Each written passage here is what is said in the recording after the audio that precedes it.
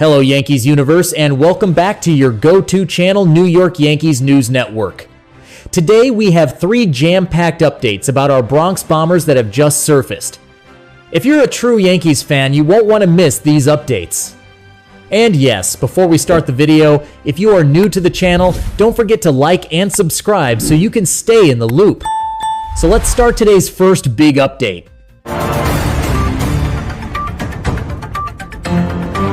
Update 1. Yankees rookies near-perfect gem, Stanton's heroics, and an unbelievable comeback. What a roller coaster of a game, Yankees fans. The Bronx Bombers just survived a nail-biting showdown against the Tampa Bay Rays, securing a 6-4 victory in 10 innings. This game had everything. A rookie pitcher on the verge of history, a heart-stopping collapse, and a late-inning hero who delivered the knockout punch. The hero of the night, without a doubt, was Giancarlo Stanton. The veteran slugger, who was initially on the bench, was called upon by manager Aaron Boone to pinch hit in the 10th inning with Anthony Volpe on second base. And what did he do? He responded with a towering, game-winning blast that put the Yankees ahead by 2 runs.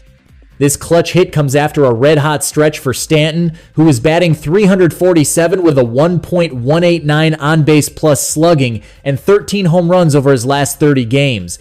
Boone even said that Stanton is in the best place in the batter's box he's ever seen him. While he was benched for this game, sticking to a plan to only play him in the field 1 game in this series, Stanton's bat proved to be a difference maker when it mattered most. But let's not forget the incredible performance of rookie starter Cam Schlittler. He was absolutely sensational, carrying a perfect game into the 7th inning and retiring the first 18 batters he faced. It was a performance that had everyone on the edge of their seats, with the possibility of the 25th perfect game in Major League Baseball history. Schlittler's perfect game bid finally ended in the 7th inning when Chandler Simpson broke it up with a clean single. He then handed the ball over to the bullpen after a walk and a strikeout. The Yankees offense also delivered early on, with Trent Grisham setting the tone. Batting leadoff, Grisham wasted no time, hitting a home run over the right field wall in the 1st inning to give the Yankees an early lead. Austin Wells followed up in the 5th with a solo shot, his 16th of the season. Grisham wasn't done either. He crushed his 2nd homer of the night in the 8th inning, his 23rd of the year. However, the game took a dramatic turn in the 8th and 9th innings. The Rays began their rally in the 8th when rookie Bob Seymour hit his first Major League home run, cutting into the Yankees' lead. Then, in the 9th, the Rays tied the game at 3-3 after a walk, a single, and a 2-run drive by Hunter Fiducia that came just inches from being a home run. Just when it seemed like the Yankees were collapsing, they held on and forced extras. After Stanton's heroic blast in the 10th, Austin Wells followed up with his 2nd homer of the game, stretching the lead to 6-3. Devin Williams then came in to slam the door shut, striking out Simpson, Diaz, and Brandon Lowe in order to secure the victory. This win moves the Yankees to 69 wins and 57 losses, while the Rays fall to 61 wins and 66 losses. This was a massive win for the Yankees, who have now won 5 consecutive games after sweeping the St. Louis Cardinals in their previous series. This team is showing a lot of heart and resilience, and performances like this prove they are making a legitimate push for a postseason spot. Stay tuned for more updates, and let us know what you think of this crazy game in the comments below.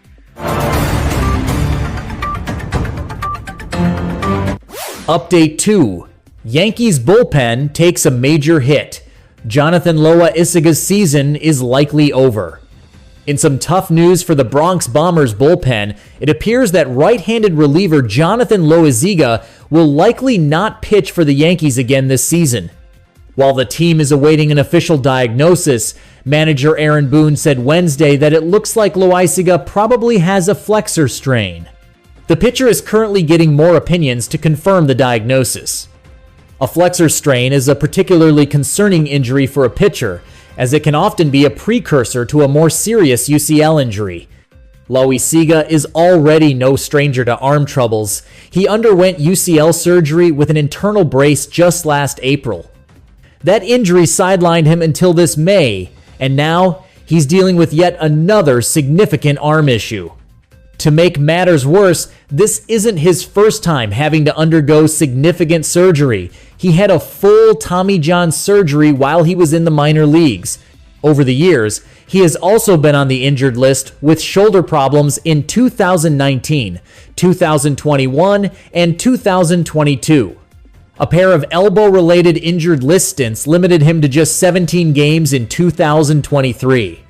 Loáisiga's latest injury happened during a rehab assignment with AAA Scranton Wilkes-Barre over the weekend.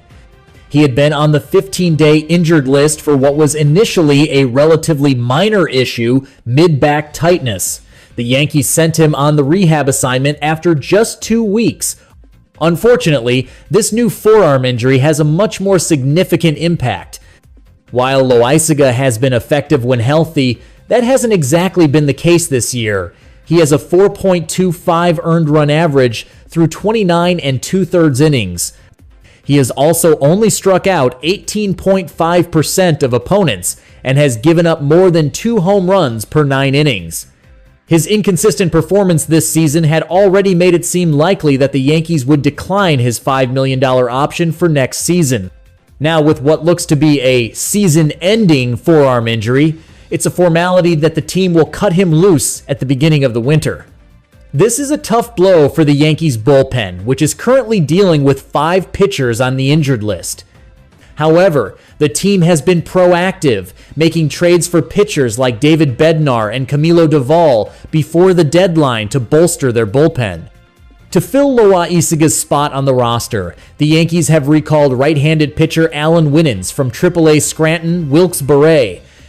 Ryan Yarbrough, who is on the injured list with an oblique strain, also made his second rehab start on Wednesday at AAA, building up to 50 pitches over 3 1/3 innings. It's never easy to see a player go down with an injury, especially a pitcher with a history of arm issues. We wish Jonathan Loáisiga a speedy recovery.